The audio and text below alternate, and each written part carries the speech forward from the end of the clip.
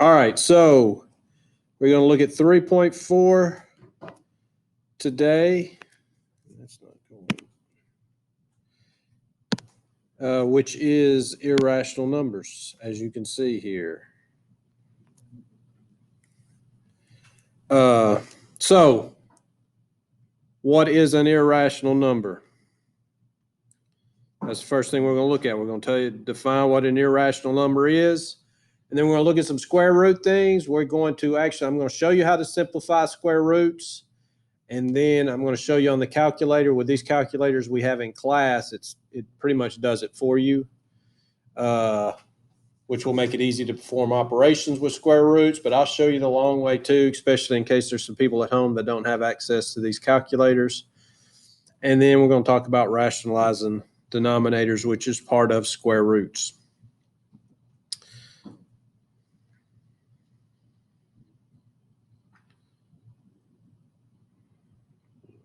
All right, so what is an irrational number? All right, the set of irrational numbers, the set of numbers whose decimal representations are neither terminating or repeating. So what this means is if we're looking at an irrational number in decimal form, which actually it cannot be written as a fraction, the decimal part goes on forever and ever and ever and ever without ever repeating or ending, which our most famous rational number is pi. Everybody's pretty familiar with pi, right? 3.141592653588979, 358,979, and that dot, it goes on forever without ever repeating in any sort of pattern. Okay? So pi is the one you see most often as far as the irrational number. It cannot be written as a fraction. They use 22 over 7 in a lot of books, but that's just an estimation. That's like 3.14 is an estimation. That's not exact. There is no exact decimal equivalent for pi because it goes on forever. All right. Another place that we get irrational numbers are square roots. Okay. So that's what we're going to spend most of our time on today are square roots. All right. And we're just going to talk about right now what is called the principal square root of a non-negative number.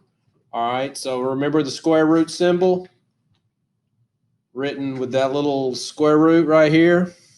That's the square root of n. It's the positive number that when multiplied by itself gives n. For example, the square root of 36 equals 6 because 6 times 6 equals 36. So square root is really the opposite of squaring something. All right. And one thing to note about this is non-negative. We cannot take the square root of a negative number. Why? Because the opposite of square root is squaring something, and you cannot square something. You can't square a real number and get a negative because you're multiplying the same number by itself. And we know if we multiply two positives together, we get a positive. If we multiply two negatives together, we get a positive. So there's no way to multiply the same number by itself and get a negative answer, at least with real numbers. All right.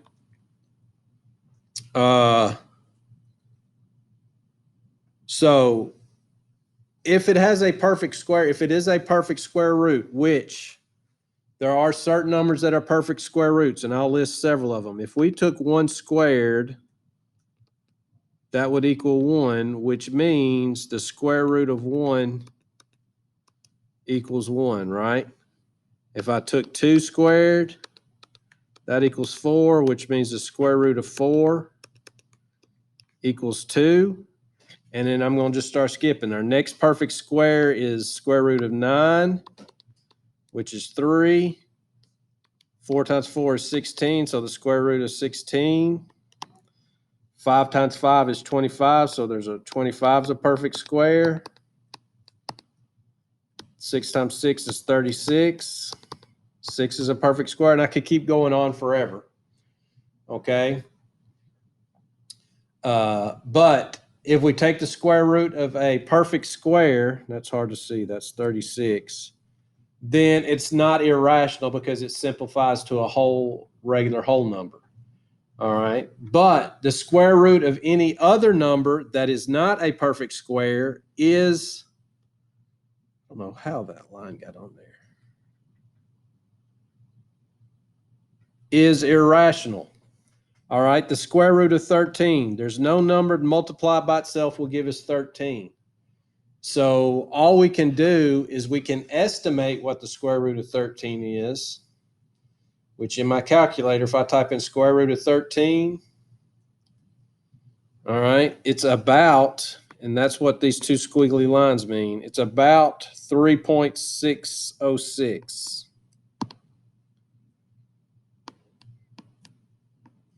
But that is just an estimation. I have to round it off. If you look on your calculator, the decimal will go to the end of the calculator and it just stops. But it goes on forever. This is an irrational number.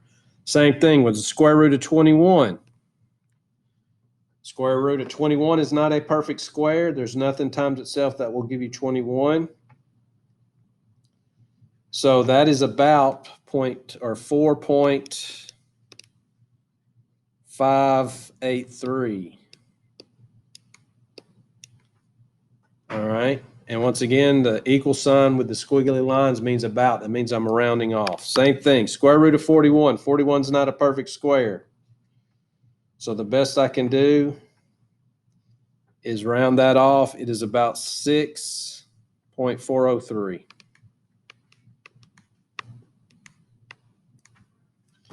Okay. So these are square roots that are irrational numbers. These are all irrational because they're not perfect squares.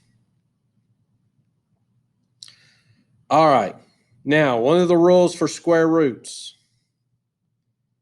and this comes in handy in several applications that we're going to do, but it basically says that if you multiply two square roots together, you can multiply the two numbers inside the square root and put it inside one square root. So, or you could split it up. So here, square root of A times the square root of B is the same thing as the square root of A times B. Or if you have the square root of A times B, you can split it up into two. So here's what that means down here in with regular numbers. If I have the square root of 6, I could write that as the square root of 2 times the square root of 3, because 2 times 3 is equal to 6. Notice also, I could go, if I have the square root of 5 times the square root of 3, I could go ahead and multiply 5 times 3 together and get the square root of 15. All right. So that is a rule that we're going to use here when it comes in handy when we're simplifying square roots outside of using the calculator. All right. Now, here is how we actually simplify square roots. Now, a square root, if in our assignments, when we're looking for answers, or anytime you have a square root, you have to write it in its simplest form. It's kind of like you can't take a fraction and write the answer as 3/6. You would have to simplify that down to 1/2. All right. Well, to simplify square roots, what that means is there cannot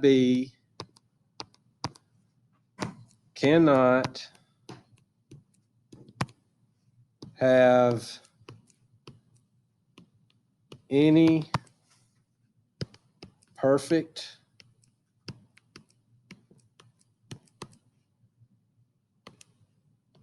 square factors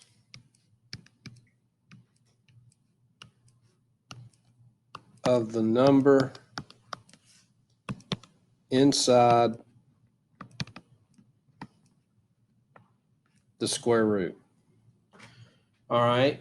So for this to be simplified, I look at the square root of 75, and for it to be simplified means 75 can't have any factors that are perfect squares.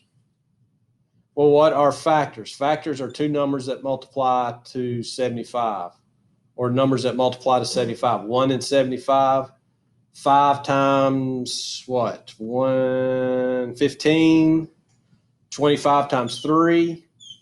These are all factors of 75. 75 is 1 times 75, 3 times 15, no, I'm sorry, 5 times 15, 3 times 75, 3 times 25. All right. I think that's all the factors of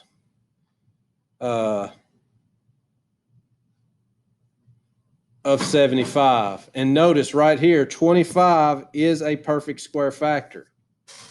So what I do, and this is how you would do it if you're doing it by hand, is I would break that down into the pair that has the perfect square factor, 3 times 25, and I'm going to put the perfect square factor first. I could rewrite 75 as the square root of 25 times 3. Then that rule we just talked about says we can split that up to the square root of 25 times the square root of 3. And then what we do is, because 25 is a perfect square, I would simplify that to 5. And the square root of 3 is just a number that will not, it's an irrational number that can't simplify, so I'm just going to leave it as 5 square root of 3. So I have simplified the square root of 75 down to 5 square root of 3. Now, the nice thing about these calculators we have in our room is if you type in square root of 75 and hit enter, it will automatically simplify it for you. All right. Now, if you ever need the decimal equivalent, what you have to do is you have to hit the little double arrow button above the enter, and then it will change it to the decimal equivalent. All right. But we do need to know how to do that at home if we don't have one of these calculators that will simplify.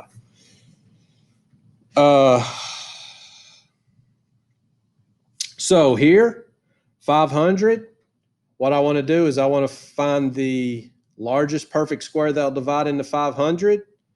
One thing you can always do, if you're not always sure, is you can list the perfect squares. You can just go down 1 squared is 1, 2 squared is 4, 3 squared is 9, 4 squared is 16, 5 squared is 25, 6 squared is 36, 7 is 49, 8 squared is 64, 9 squared is 81, 10 squared is 100, 11 squared is 121, 12 squared is 144. That's the first 12 perfect squares. And then I can look at 500 and I can start with the bigger ones and work my way down because I want the biggest. If I pick a perfect square that's not the largest, I'll have to do it twice. But if I look at 500, I notice that 100 will go into 500. So what I can do is I can break this down into 100 times 5, which now I can break that part into the square root of 100 times the square root of 5. And then the square root of 100 is 10, because 10 times 10 is 100, and I don't know the square root of 5. So that's how I simplify square root. All right. So I find the largest perfect square factor, and then I rewrite it with that factor times whatever else equals that number, and then I split it up and take the square root. All right, let's move on to the next slide. Oh, that's just, all right. Once we get to something like this, square root of 17, 17 is a prime number. It also has no perfect square factors. If it has no perfect square factors, then it's already simplified. It's already like a fraction that's 1/2. So it can't be simplified any further, so we would just leave it as a square root of 17 if it wants a simplified square root.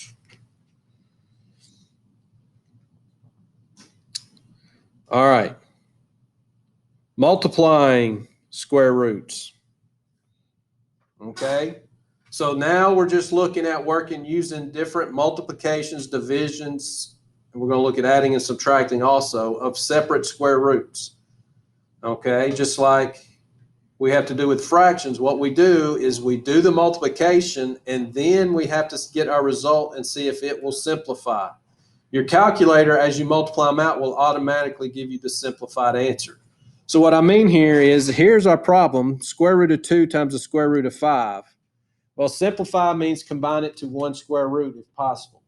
So it's square root of 2 times square root of 5 is just simply under 1 square root 2 times 5, which is 10. And then I'll look at 10 to see if it will simplify. There are no perfect square factors of 10. The only perfect square factor is smaller than 10. 1 doesn't matter because it doesn't help us to say 1 times 10. 4, 4, and 9. Neither 4 or 9 will go into 10. So there is our simplified version. In these calculators in class, you'll notice if you just type square root of 2 times the square root of 5, bam, it'll give you square root of 10 as your simplified answer. I do want you to pay attention to this because this is going to come up in a moment. Anytime you take a square root times itself, square root of 7 times the square root of 7, notice the answer is that number that was started out inside the square root. Because square rooting and squaring something is opposite. If I take a square root and essentially square it, which is what square root of 7 times square root of 7 is, I lose the symbol and I end up with 7, right? Because 7 times 7 is 49, and obviously the square root of 49 is 7. So anytime, so I would know if I have the square root of 325 times the square root of 325, I don't need a calculator. I don't know anything because it's a square root times itself. I know it simplifies to that number that's on the inside of the square root. Okay. Now notice this one. 6 times 12. All right. Square root of 6 times the square root of 12. 6 times 12 is the square root of 72. Now, that is our initial answer, but we do have to check to see if that will simplify. On these calculators, if you type in square root of 6 times the square root of 12, it's going to hop all the way over here to the final answer. So that's why these calculators are nice. And that's why I like using them. All right. But notice square root of 72, the largest perfect square will go into 72 is 36. So I split 72 into 36 times 2, which is square root of 36 times the square root of 2. The square root of 36 is 6. So my final answer is 6 square root of 2. All right.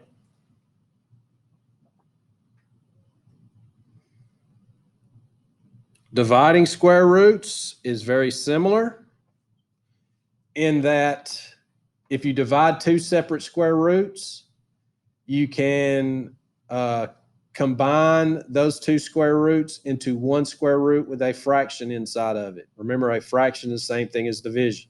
Same thing, if you got the square root of a fraction, you can rewrite that as the square root of the numerator over the square root of the denominator.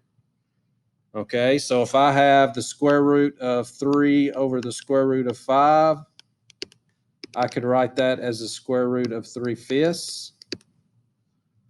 Or if I had the square root of 2/5, I could rewrite that as the square root of 2 over the square root of 5. All right.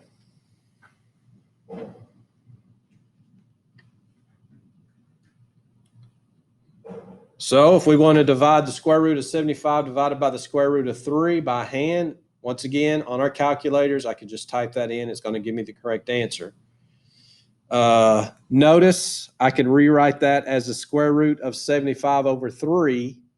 And that helps me because 75 divided by 3 is 25. So this simplifies down to the square root of 25, which 25 is a perfect square. So that simplifies down to simply 5. All right. Same thing here. Square root of 90 over the square root of 2. If I put that under one fraction, I can reduce 90 over 2 down to 45. So that is equal to the square root of 45. Once I simplify, now I got to look. 45 has a perfect square factor of 9. It is 9 times 5. So I break that apart into the square root of 9 times the square root of 5. The square root of 9 is 3. And so I end up with 3 square root of 5. Once again, I can just put in these calculators we have in class, which is these TI 30XS, square root of 90 divided by the square root of 2, and it goes straight and gives me the answer of 3 square root of 5. So I suggest taking advantage of that in class. All right, adding and subtracting square roots. The number that multiplies a square root is called the square root's coefficient. Square roots with the same radicand can be added or subtracted by adding or subtracting their coefficients. So that's sort of a little bit confusing. So let me just pull up a problem here. Right here. 7 square root of 2 plus 5 square root of 2. Well, 7 square root of 2 simply means 7 times the square root of 2, but it's kind of like 7x. You wouldn't put times in between it, you just put them side by side. And also, the way you add and subtract radicals is very similar to variables, right? We could only add 7x to another term with an x in it. We couldn't add 7x to 3y. Well, same thing. If they have the same radicals, you can add their coefficients. The coefficient is the number in front of the radical that's being multiplied. So because this is 7 square root of 2 and 5 plus 5 square root of 2, since they're both square root of 2, I can just add the 7 plus 5 together, and I get 12 square root of 2. The square root stays the same when you're adding. It does not change. Now, if that were 7 square root of 3 plus 5 square root of 2, then I can't do anything with that. That is already simplified. Okay? So there's nothing that can be done if the radical parts do not match up. The next one, same thing with subtraction. 2 square root of 5 minus 6 square root of 5. Since they're both square roots of 5, I can just combine 2 minus 6, which is negative 4. So I end up with negative 4, and the square root stays the same. Same thing here, just like with a variable. If the square root does not have a number in front of it, we can assume that it is an understood 1. 3 square root of 7 plus 9 square root of 7 minus 1 square root of 7. They're all square roots of 7, so I can combine the coefficients. 3 plus 9 is 12, minus 1 is 11. So this is going to be 11 square root of 7. Okay? So if you can add variables together, this is exactly the same thing. Not very difficult at all. And once again, your calculators will handle all of that. Now, the last thing, talking about rationalizing the denominator. One thing that's true about simplifying fractions is you cannot leave a fraction with a square root in the denominator, in the bottom. It's okay to have a square root in the top. So sometimes it just naturally takes care of itself. Once you simplify the square root over a square root, the denominator will disappear, like some of the problems we did earlier with divide.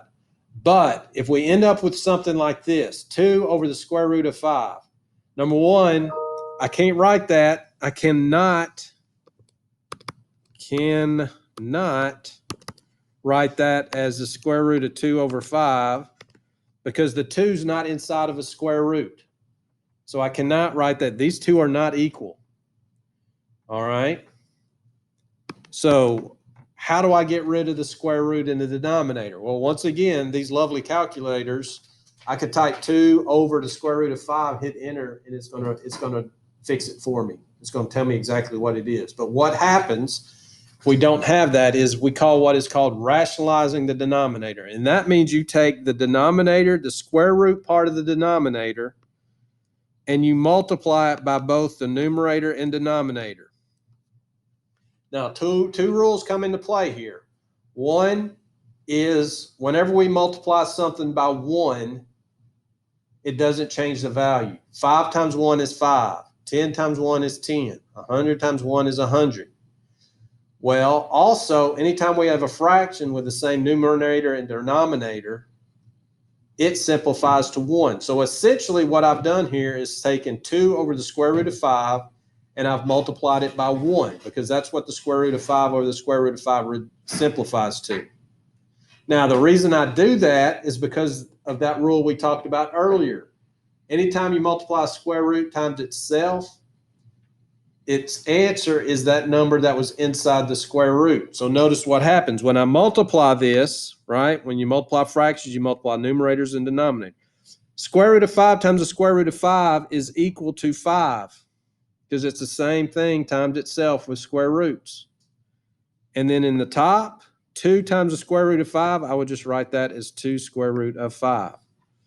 Now, you cannot simplify this fraction any further because that 5 on top is in a square root and the 5 on bottom is not. They cannot simplify with each other. So this is what we get. So once again, if I put this in my calculator, this is what it's going to give me, but that's how it did it. And I'm sure we've got a couple more examples here. Right here, 15 over the square root of 6. So what I'm going to do is I'm going to multiply the top and the bottom by the square root of 6. Because square root of 6 times the square root of 6 is 6. I no longer have a square root in the denominator, which is what I'm looking for. And then 15 times the square root of 6 is 15 square root of 6. Now, the 15 and the 6 are both outside of square roots, so they can simplify with each other. If I had the fraction 15 over 6, 3 will go into both 15 and 6, so I got to reduce that fraction part by a factor of 3. So 3 will go into 15 5 times, and I still have the square root of 6. 3 will go into 6 2 times, and so this is what I end up with. I don't know where that.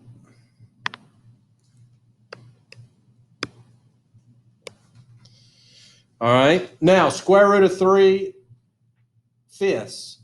All right, because that 5 on bottom is inside that square root symbol, that is still a square root in the denominator, even though it's a entire fraction inside the square root. So what I have to do is I have to rewrite this as a square root of 3 over the square root of 5. And then I'm going to multiply the top and the bottom by that square root in the denominator. Now, square root of 3 and square root of 5 are both in square roots, so I can multiply 3 times 5 and get 15. And then we know the square root of 5 times the square root of 5 multiplied by itself gives me the number that was on inside of the square root. All right, so that is what we call rationalizing square roots. Here, same thing. All right. We're going to do one more, square root of 8. This was going to have several things to simplify. Square root of 8. So I get 12 square root of 8 over 8. All right. Now, that square root, the square root of 8, it has a perfect square factor. 8, would everybody agree, is 4 times 2. So I could rewrite that